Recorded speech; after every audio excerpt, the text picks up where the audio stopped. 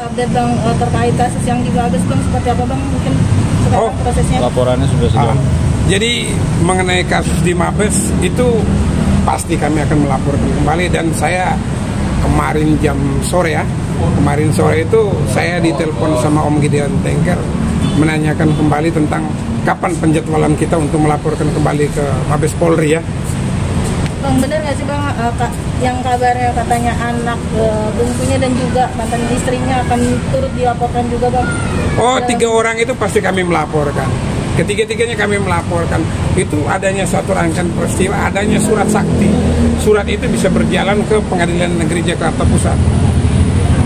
Bang, kalau boleh tahu surat sakti itu mungkin apa sih Bang dari isinya tersebut? Dari isinya itu sehingga Pengadilan Negeri Jakarta Pusat tidak memanggil Om Gideon Tengker. Dengan begitu akhirnya putusnya first take karena tidak hadir ya. Nah, itu yang kami sayangkan. Kami sayangkan. Memang saat itu perceraian itu bukan saya yang pegang. Saya pegang di harta gono gini, tapi korelasinya itu kan diawali dengan adanya perceraian sehingga timbul adanya gugatan harta gono gini. Kalau belum bercerai kan tidak mungkin adanya gugatan harta bersama atau harta gono gini.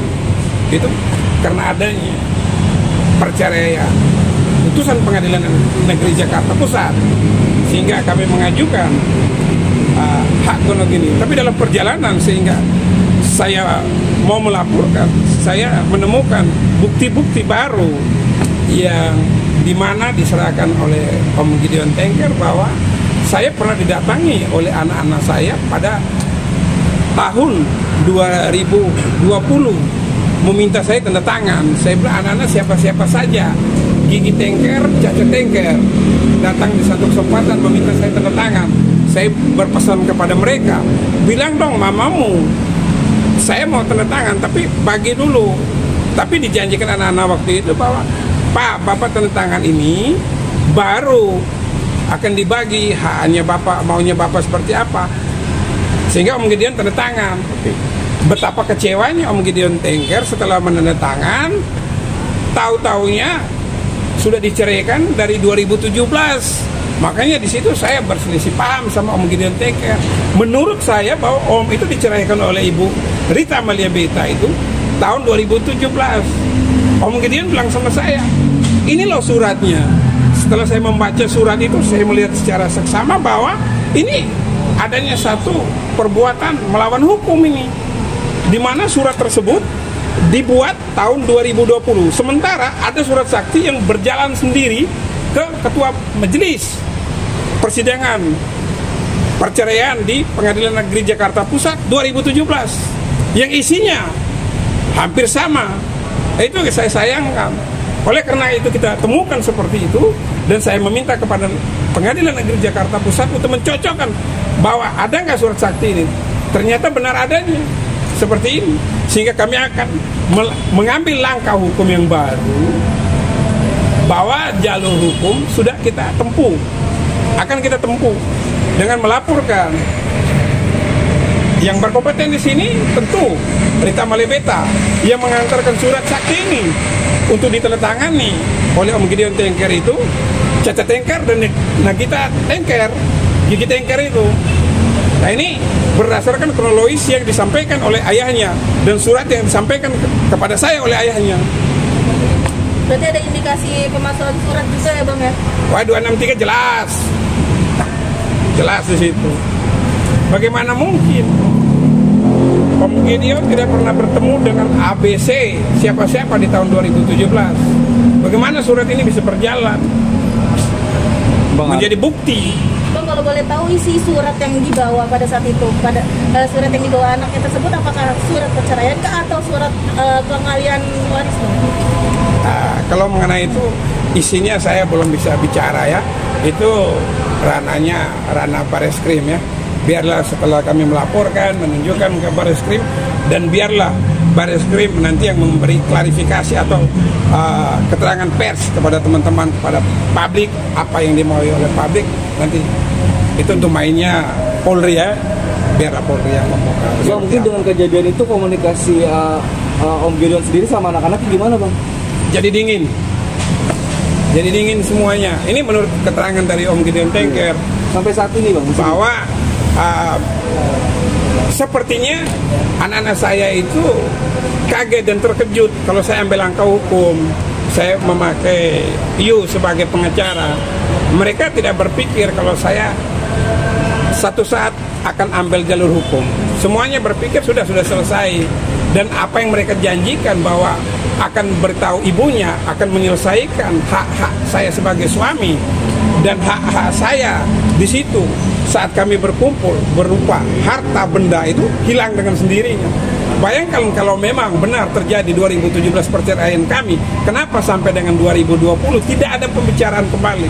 Berarti saya dibohongin dong, saya dibohongin. Mana sehingga saya mau tanda tangan waktu itu kan dijanjikan semua, dan menurut mereka itu belum diajukan perceraian, makanya saya tanda tangan.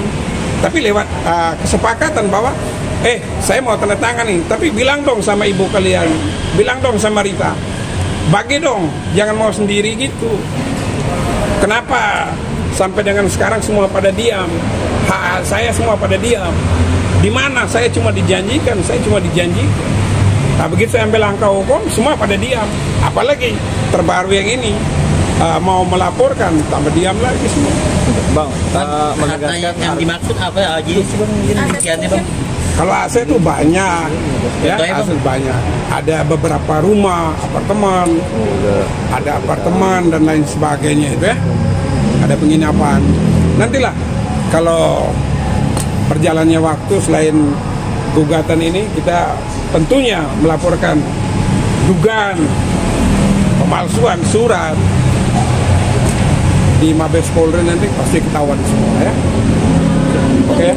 Bang, mungkin terkait pemberitaan yang bilang katanya akibat anaknya tidak mengakui ayahnya, akhirnya Om Gideon melaporkan anaknya, itu benar nggak sih Bang? Menanggapi tidak? Kalau itu saya belum pernah dengar mereka tidak mengakui. Saya belum pernah dengar.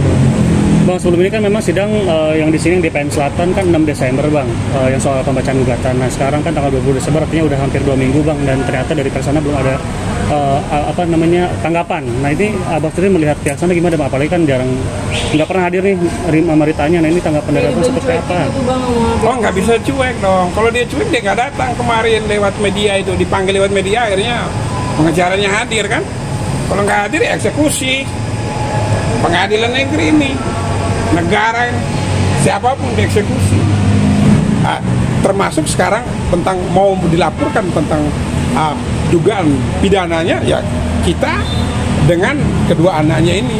Mau tidak mau mereka turut serta dalam permainan ini. Dalam urusan ini mereka terbawa dong.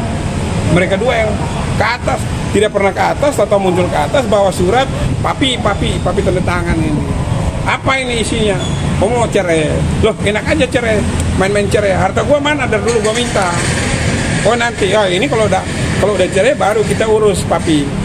Ternyata cerainya udah 2017 dan sampai hari ini dari 2017 sampai 2020 tidak pernah ada pembicaraan tentang pembagian harta.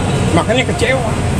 Bang, atas respon yang nggak ada respon ya dari pihak sana ya Bang ya, atas rencana Om Gideon untuk melaporkan polisi itu, Abang menginterpretasikan apa kayak gue nggak takut gitu, pihak sana kayak nggak takut, nggak gentar gitu? Enggak.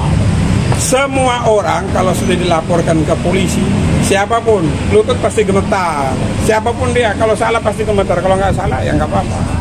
Polisi bos, siapapun dipanggil pertama nggak hadir, kedua nggak hadir, berikut jemput siapapun. Kalau sudah ada dugaan, penyidikan, begitu naik penyidikan dipanggil, ya repot. Bang, terakhir artinya menegaskan bahwa laporan yang nanti bakal dilayangkan untuk kedua kalinya itu atas dasar ini ya, pemalsuan surat ya Bang? Ya, masih tetap itu ya, surat sakti itu. Kita namakan surat sakti. Bagaimana mungkin surat sakti itu bisa berterbang ke sana itu? Adanya kesepakatan. Siapa yang bersepakat? Adanya kesepakatan sehingga kami melayangkan gugatan. Siapa dan siapa yang bersepakat? Kapan dibangun kesepakatan itu? Kapan dibangun pertemuan itu? Kesepakatan lewat mana? kesepakatan lewat pembicaraan langsung by phone tidak pernah ada. Itu keterangan dari klien saya, Om Gideon Tengger. Terima kasih banyak. Bang.